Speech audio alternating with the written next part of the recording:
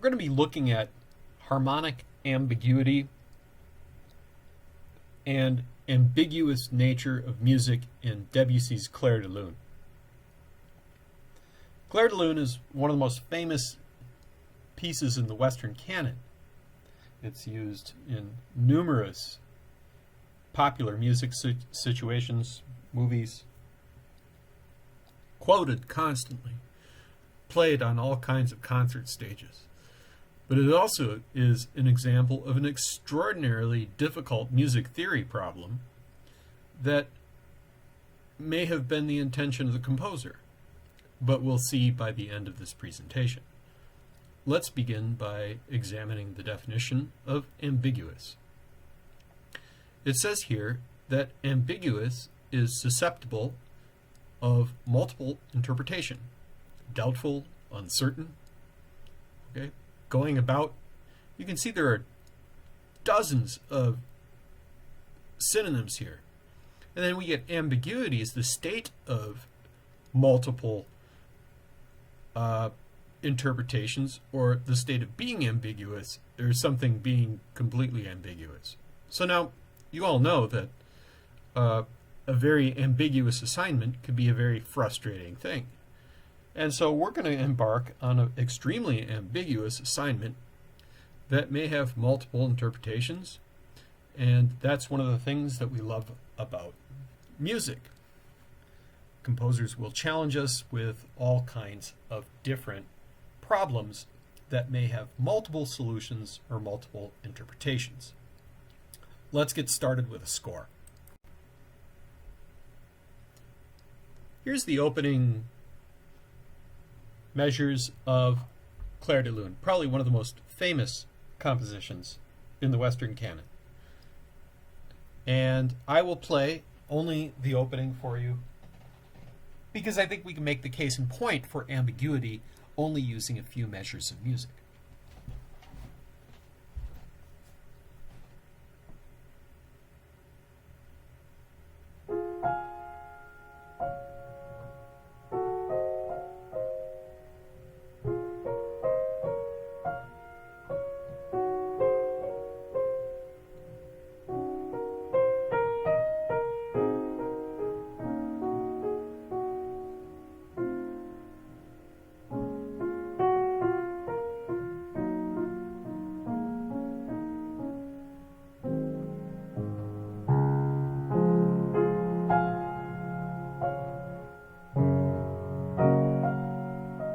And so forth.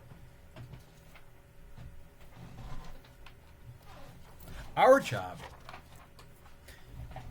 is to somehow show how this music represents this concept.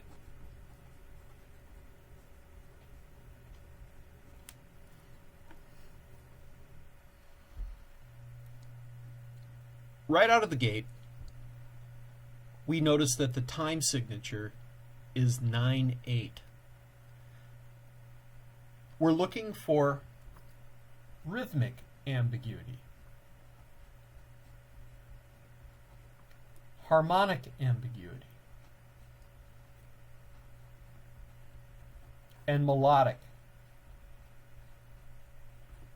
ambiguity. Okay, so each of the areas that represents a fundamental of music, we're going to find ambiguity. Okay? Right out of the gate, he gives us a 9/8 time signature, and instead of a pickup measure, he shows you a rest, and then he shows you music that is tied in the weakest place, and then to the third beat. But it only appears to be that there may be one chord per measure, but the key is left in doubt. I see a key signature of 5 flats. Now, 5 flats could mean D flat major, or it could mean B flat minor. How do we know? Well, I think that you all probably listened to the example and thought maybe this is in a major key. But we do get a D flat, but it's in the weakest position and it's buried in the texture as an alto voice, an example of harmonic ambiguity. The hiding of the tonic of a potential scale is one way a composer can create harmonic ambiguity. And then in the second measure, immediately we get an A natural, which is a note that doesn't belong to the key. And we see rhythmic ambiguity, whereas these notes are tied, and perhaps there's a suspension, but then there's a slur. So once again, we have ambiguity. But when we look a little further down the road, we can see that there is definitely a dominant tonic relationship at the end of the phrase, which forms a circle progression with resolution. Remember, type 1 resolution is circle progression with resolution. However, in this case, the seventh of the dominant chord resolves in the wrong clef. Debussy, again, creates harmonic ambiguity by having the seventh, in fact, resolve, but it resolves in a way that you can't understand when you look at the staff. Another example of harmonic ambiguity. Because this dominant tonic relationship is very strong, I'm going to attempt to do my analysis in the key of D flat.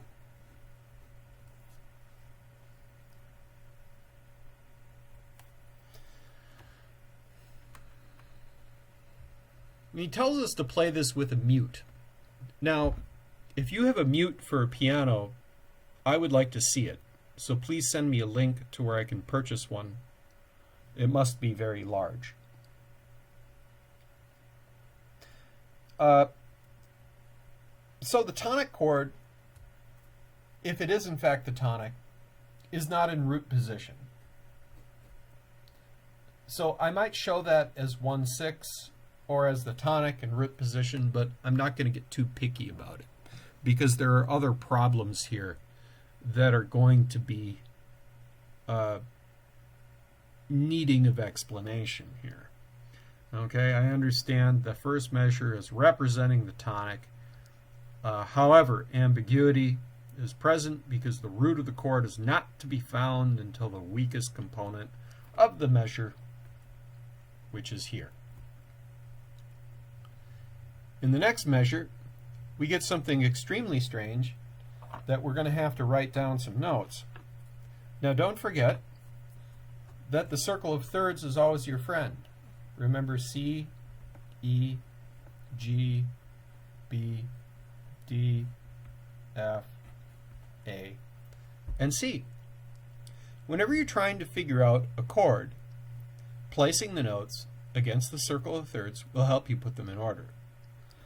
I'm going to draw a circle around the notes that I want you guys to be concerned with. And you can stop the tape to figure it out. When we put these notes in order, I have an A natural, a C, an E flat, and a G flat.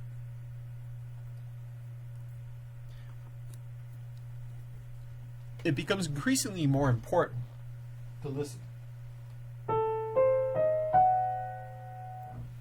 This is a full diminished chord. It is an A full diminished chord, but the lowest note is G flat. A full diminished over G flat. Now, remember that full diminished chords are always leading tone chords, and so we have to ask ourselves, to what note is A natural the leading tone? The answer is B flat. I know it's only measure 2. So we can call this 7 full diminished over B flat, which is 6 in my home key of D flat. Now we have to go a step further if we really want to get accurate. Remember 7, 6, 5, 4, 3, 4, 2. Since the 7th of the chord is the lowest note, we say that this is 4-2 position. Off we go to the next chord. Now, because he has this suspension over the bar line, each of these measures we're going to have to collect our notes. And we can kind of move along a little faster here. And we discover that B flat, D flat, F, and A flat are all present in my bubble. When I think about B flat, back to my home key of D flat, well, that's 6. But this time, F is the lowest note, 4, 3. 6, 4, 3.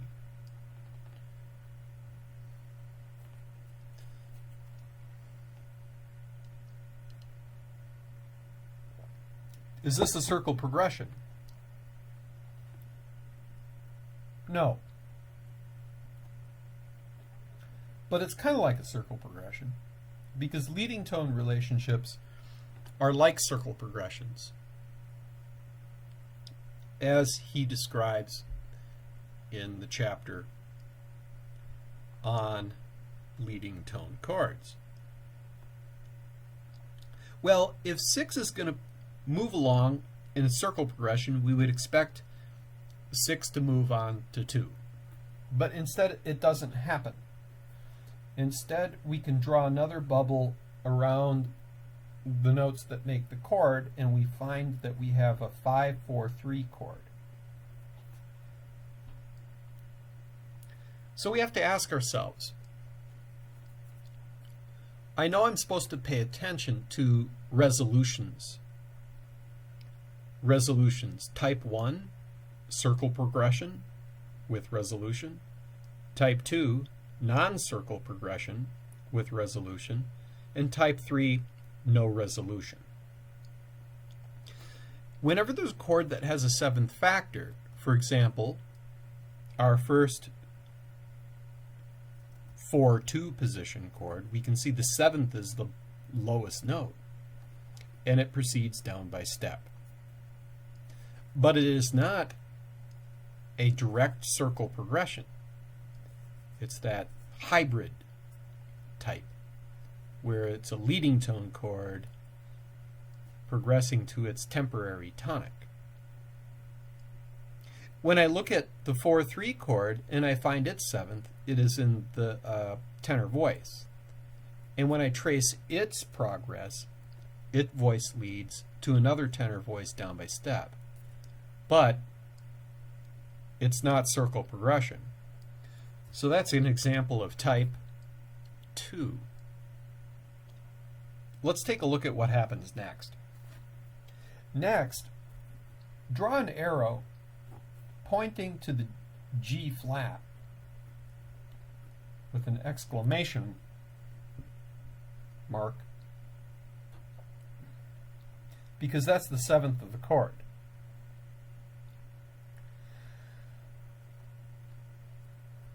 Our next chord is an E flat minor 7 chord, or 2, in this case 4-2.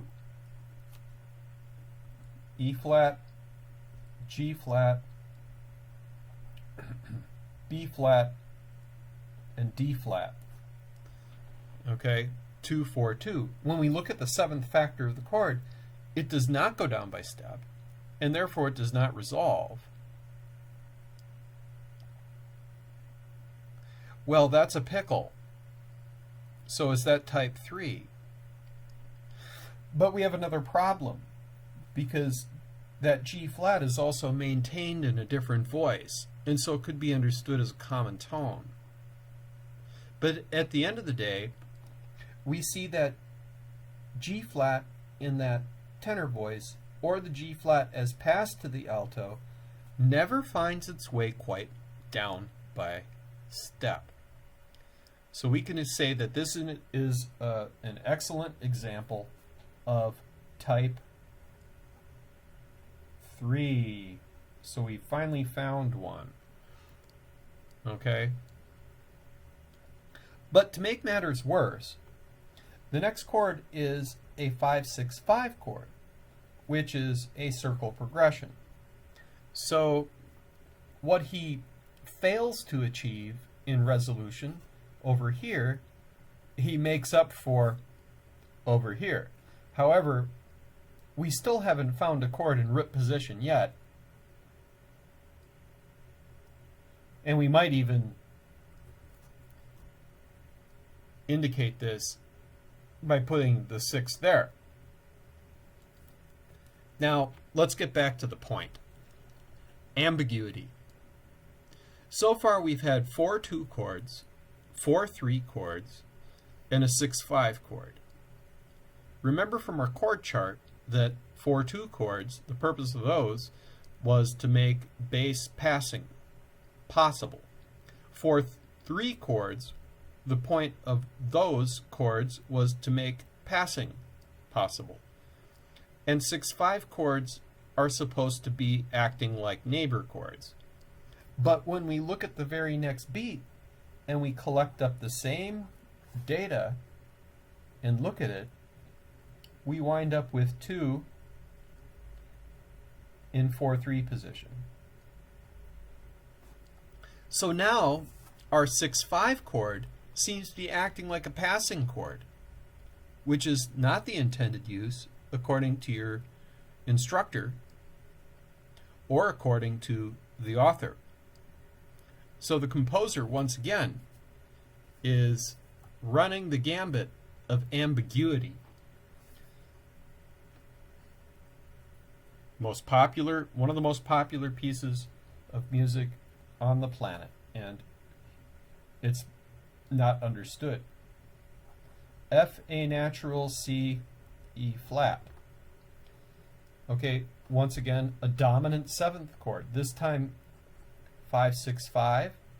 Okay, F7 of 6.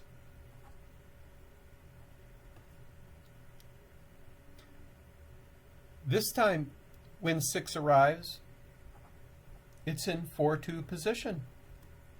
Okay, B flat, D flat. You might have to stop the tape to work through this.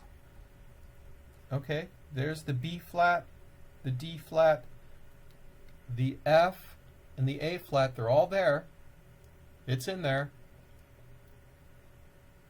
Okay, and 6 wants to go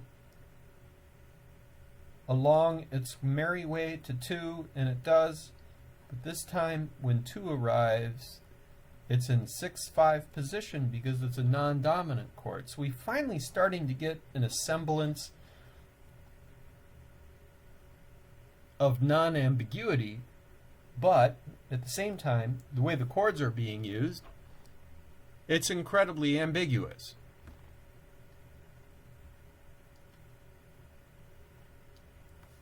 Well, you're probably wondering, does 2 ever go to 5? And in fact, it does.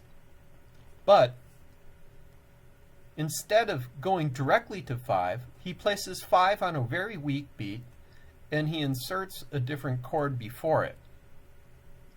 The chord that he inserts before it can be collected up by this evidence here. We have a B flat, we have a D flat, we have an F and an A flat. So, goodness.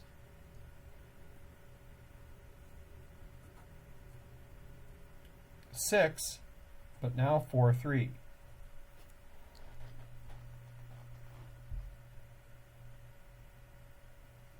we've seen this chord before.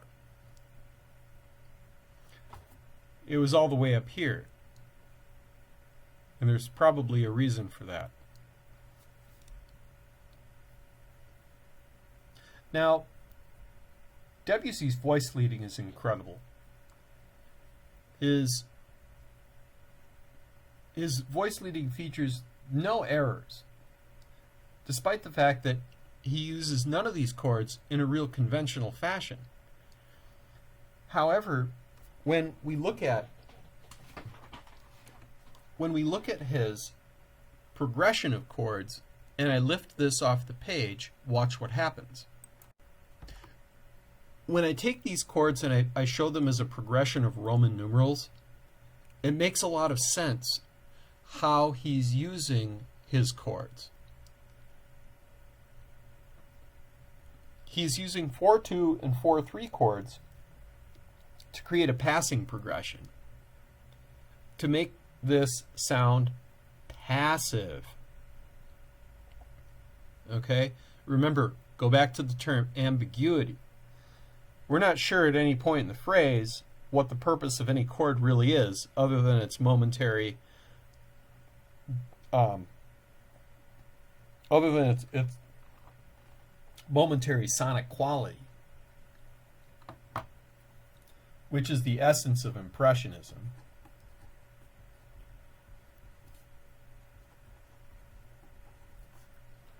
Okay? Instead, we get this series of passing chords that just ultimately winds up in a cadence, perhaps because he feels like he has to have an end of the opening section. And if you listen to the entire piece of music, you can hear that he has numerous very clear cadences.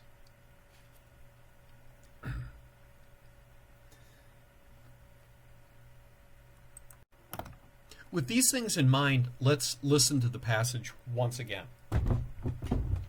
And then I'm going to play it as a harmonic reduction so you can hear how the music is actually just a passing progression.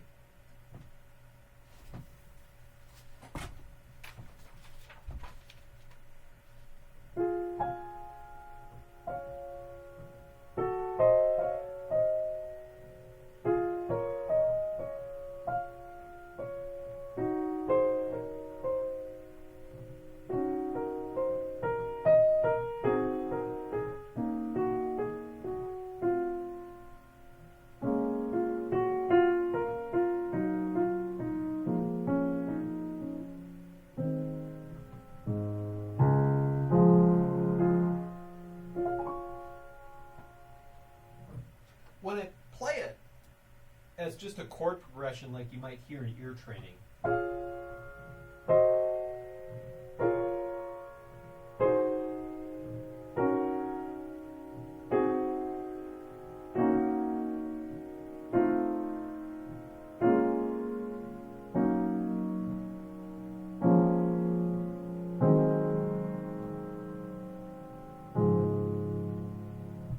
it's actually incredibly simple.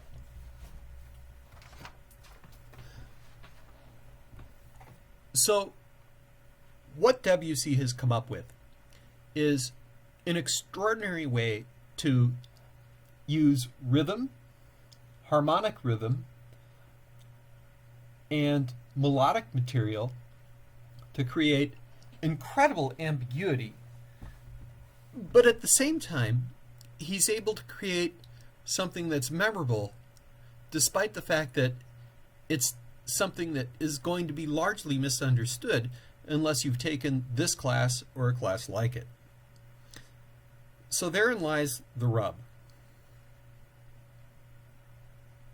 A great composer has the ability to be creative with musical medium, and a great composer has the ability to reinvent common musical medium in ways that we can understand as performers. That's only my opinion.